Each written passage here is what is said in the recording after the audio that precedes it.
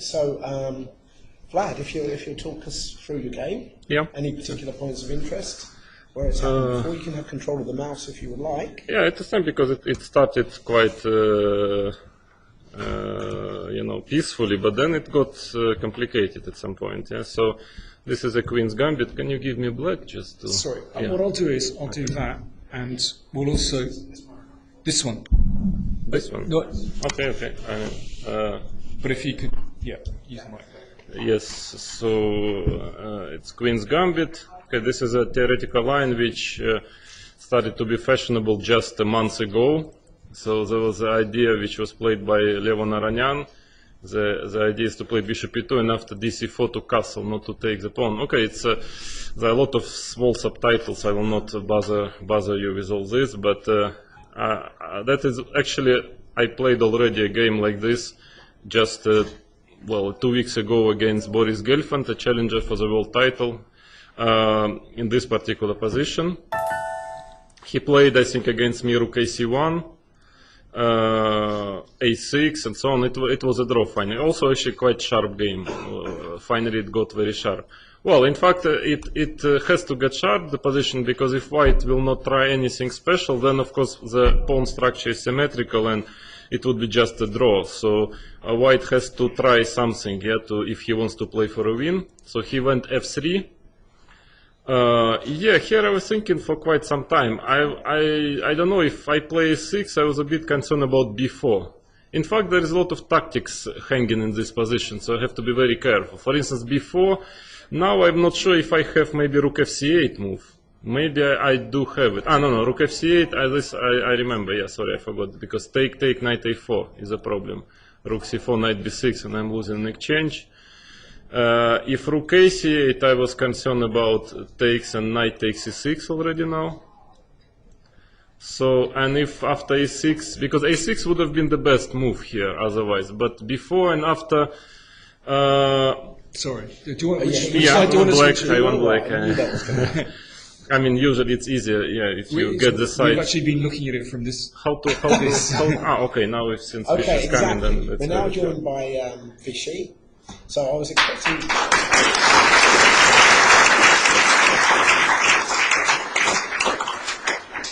I was going to see if we're going to have a little punch up while they keep trying to flip the board around to each other's side, but hopefully not. Yeah, so e4, I don't know. I was a bit concerned about b4, and if knight d7, then knight takes e6 might work.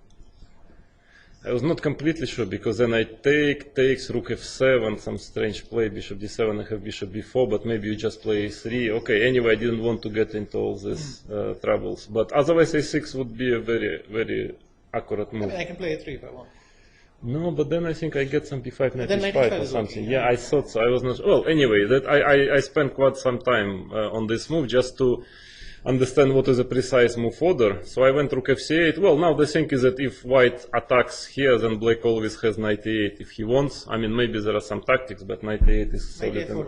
Yeah, probably. Yeah. But I mean, just if I don't want to calculate any line, then I can always have knight a8. And in general, I don't want to calculate lines. I'm quite old already, so. Rook f8, rook ac1, a6. Well, somewhere black wants b5, b4, so a3 is a good prophylactic move, just to stop b4 at some point. And now, well, maybe you will say a few words here, because I'm... Yeah, no, go ahead. Okay. Okay, now the thing is that white wants to push his pawn on e4, bishop e3, bishop e2, and then he will get a small kind of space advantage. It's actually very much looking like my game against Garry Kasparov. I played with white this type of position. It was through the Queen's Gambit accepted, but it was very, very similar, only that I got much better version of this position with white. And actually I pressed him and I was very close to win. I just blundered at the end and he escaped. But okay, the position, it means the position can be quite dangerous, this type of way. So black has to be accurate, but fortunately, well, I know this type of positions quite well in general. I mean, I played quite a lot. It's normally with white I played it, but still, I mean, I knew that, okay, knight h5, the idea is, I think that b4 doesn't seem to be too dangerous because of knight f4, ef4, and now I think both b5, but I think knight d7 was working. I thought. And knight takes e6, some tactics comes. Rook c4, rook d7, and probably bishop f6, I thought. Rook b7, fe. And it seems that black is okay here. Knight e2 takes, and rook d8 or something. I think it was all right. Well, also after knight e6, you can just play knight f6. Yeah. Also, yeah. It's clear that white has to. He cannot give up his bishop. Has to go to e5.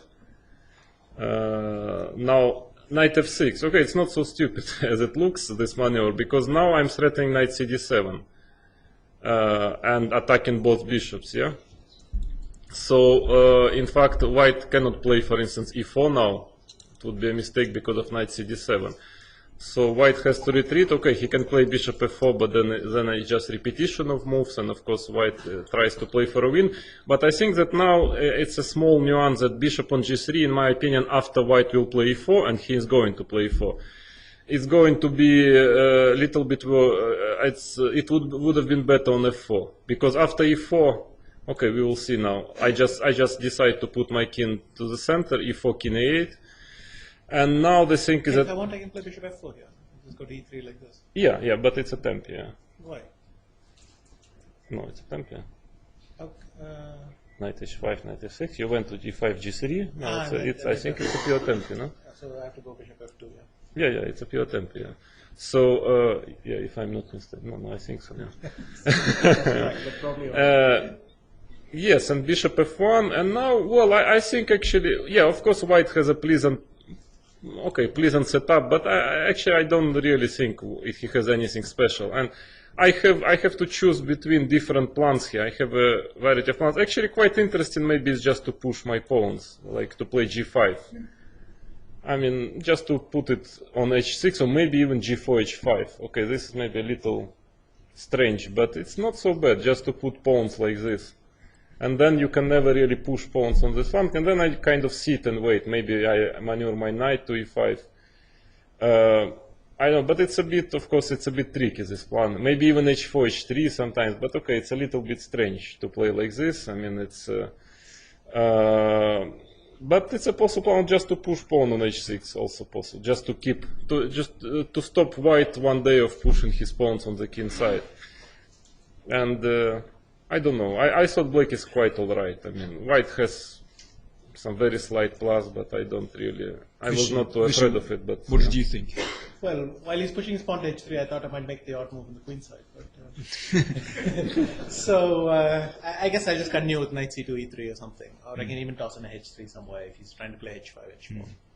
So g5 is an interesting plan. In fact, it's why I played bishop f2 because. No, in fact, the point is, instead of bishop f1, if I had gone bishop e2, then I think this plan, now it goes knight h5, bishop f2, knight f4, bishop f1, and now I thought g5 is a good way to restrain my... Yeah, knight to g6, and then maybe to e5, yeah. Well, even h5, h4, and then just keep this thing.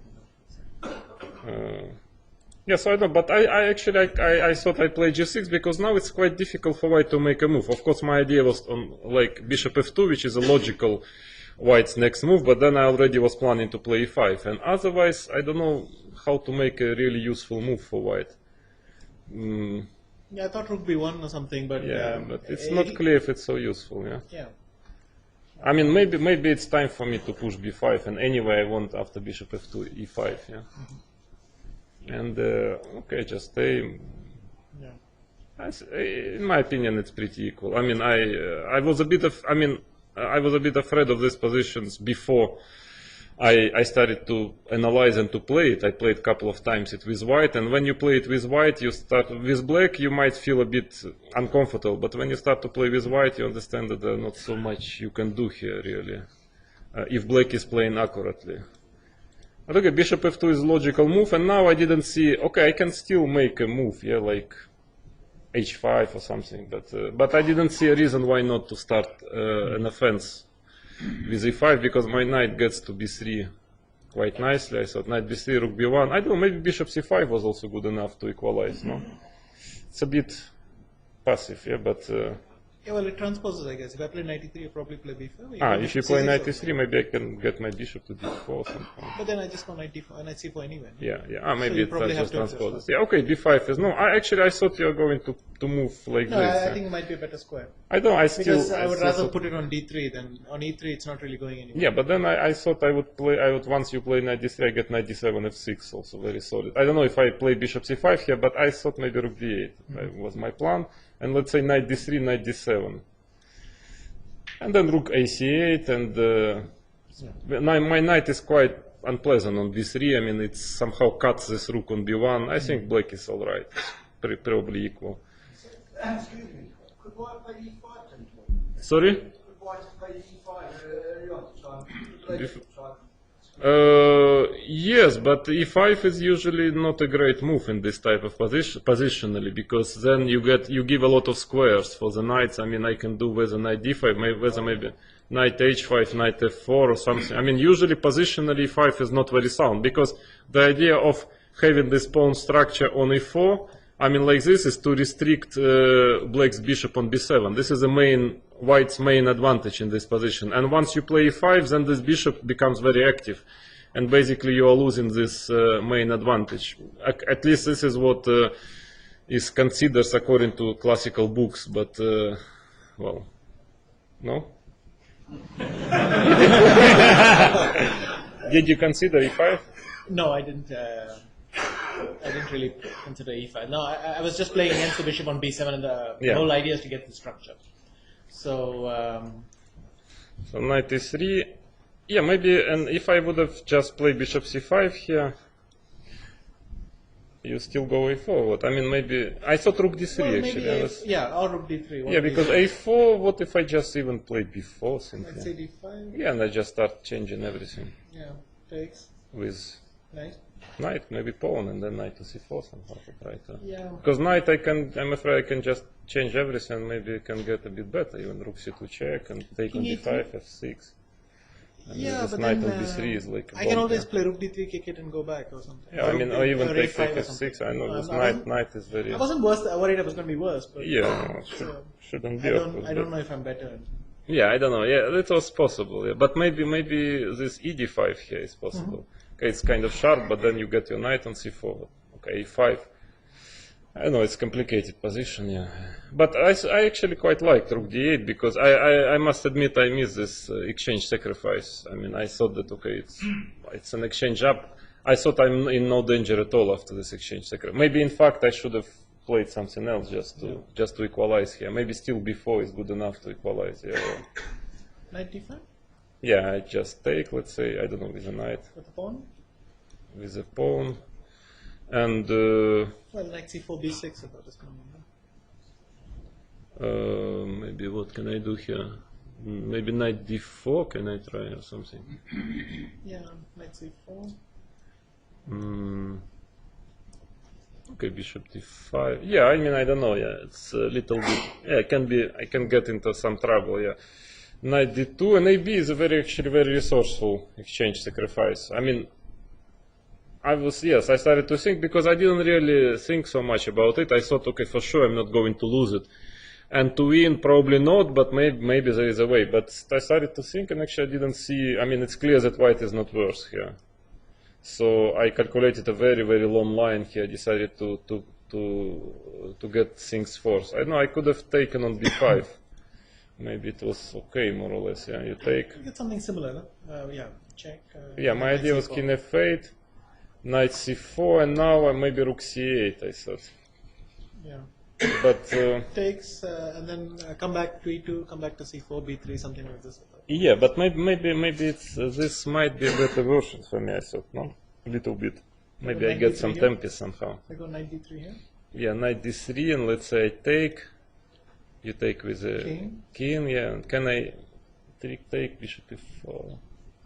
Well, you're doing it in the wrong order. Yeah? Yeah. Anyway, no, but I think I played actually well. I think it's a very, very accurate way to play bishop c5. In fact, what I thought king f8 could be interesting, but I was a bit worried about b6. Otherwise, king f8 would have been a good move. b6, b4, knight c4, knight yeah, d4 is the idea. Somehow I was bishop c5, knight c4, and it doesn't look too bad. Also, it's not clear to me that knight c4 is king f8, knight c4, you save your pawn. Well, yeah, but at least I have a much better version. Why? I thought Knight here. b5? And maybe I get bishop a6 now. I thought this can be. I can't take on e5? Rook b8. Rook a b8 or something. Yeah, because then I change and I start to enter. Maybe I mean. No, but yeah, maybe, yeah. But in fact, I didn't like b6 simply, and bishop c5, knight c4, and okay, it's takes, a5. Actually, I wanted to play knight a4 first. Knight a4, bishop d4, b4, threatening knight c5, and if knight d7, then this one to c4, in that order. But maybe I can take bishop e4 then after b4, no? Maybe. I want, one idea I want to get rid of my stupid bishop. Somehow. Well, anyway, it was possible, but I think bishop c5 looks correct, because knight c4, I don't know if... Well, in fact, what he did is, okay, because of this 30th move. I'm not convinced that black is lost if he doesn't play bishop takes e4. But white can press black for a very long time if he doesn't do it. We were kind of surprised that you went for bishop takes e4, actually, to be honest. But it's more or less, bishop e4 forces everything in. I think it kind of forces a draw. Otherwise, no, of course it's a draw objectively, but okay, white wants, I thought, I was thinking about rook a8, playing rook a8. Of course, this is a logical move, but then knight a3, I thought, knight a3. And b4, knight e4, b5. I mean, of course, if I give white too much templates, too many, I actually thought maybe knight e8. In fact, I have to play to cut his knight somehow. I think it's quite okay. King e3, knight d6, and then f5, just to. We were thinking perhaps instead of rook c8 with a knight immediately b5, knight e8, knight d7 actually. Knight d7. Yeah. Knight c4. Yes, or even taken king e3, but okay, let's say this. And bishop a6 is possible. Possible, but maybe not recommended. I don't know. Yeah, possible, but I think, I mean, okay, I'm not clearly bad, but I think this is just forces a draw. So I made a very accurate, I thought, calculation, and I didn't see any single chance for white to keep the game going, because I'm not actually playing for win anyway. But I think this is a draw, because now the thing is that after king e3, it seems not to work. Well, at least I'm not worse for sure after this. And now I just take, and I have rook e8, very important move. And it seems to me that everything works perfectly. In fact, white has to save it already here, because the problem is that... What I ran into here was knight c7. Yeah, knight rook e5 check. Yeah. King d4. In fact, Ladi pointed out black. Yeah, actually, I was calculating rook a5 also rook f5 is before rook f5. That was my solution. But Vishy's solution was rook f5, which I didn't see. Rook takes f5, rook a4 check. Also good enough. Yeah. So, and in fact, after rook e8, okay, maybe white still probably has a way to make a draw, but he has to, because king d4 there is check. Yeah, it doesn't seem to work. I mean, and on king f4 there is rook a5 already, I think was coming. Rook a4 check, yeah, sorry. So king e3 doesn't seem to work, and then after king g1 I saw that knight d2 I have. Yeah, the only thing is on move 34 instead of knight a3 where the bishop e2 is something. I thought it can only be something for black. Yeah. I mean, of course not. If you, of course, rook c1, rook a2. Bishop e2. Yeah, bishop e2, rook b2. But that was very dangerous for. You mean rook c7? Yeah. Rook c7, but yeah, I but didn't it's see very anything dangerous. After, I mean, even if I check, I mean, even this at least. Yeah, and knight at g5. Least, and knight g5. But also, I thought I'm not sure if I play knight e4. But anyway, my point was white had no realistic try, and then the best thing is to liquidate. Yeah. No, because if there's rooks are swarming all over the 7, something could go wrong. So it's better. To because in fact white is not. I thought also rook e8, for example. I mean, it's quite dangerous for white. No, because, I don't think it works. I mean, you can lose all the knights, pieces are hanging, and anyway you're not going to win 2 against 2. So I thought that it's. In fact, I was quite happy after I found bishop e4, because I thought white really kind of have to just make a draw, because there is a try to play b4, for instance, but then. At least what I can do is the simplest, is just this, and let's say take rook d2 is the simplest, and just... No, but after knight f1, king f1? Yeah, king f1, still rook d2, rook b2 also is a draw, of course, but I thought maybe this is the simplest, just to, and then rook d2. No, but the point is, if... rook d2, you get some knight c3, I thought, but still I thought it was okay, because the problem is rook b2 now. Yeah, rook b2, yeah. And if knight c4, then... then rook check. No, not this one, the other one, rook bc2, without check. You don't want to bring my king closer to the rook. But how do we save after this simply? Isn't it just I'm taking a piece? King d1? Yeah, but king d1, I thought that if I take and And take, you have rook I don't know f4 if you're better there, because my king comes. Yeah, maybe. I mean, yeah, it's not really playing for a win but also rook b2 is very simple. It's just whether I'm taking a pawn, whether rook d2. I mean, I was surprised myself that I didn't really see a slightest chance for white to play for a win here. I mean, I thought maybe there would be some kind of small chance, but not a single chance. So knight s3 is probably the best way just to change everything. It's just a complete draw. Yeah.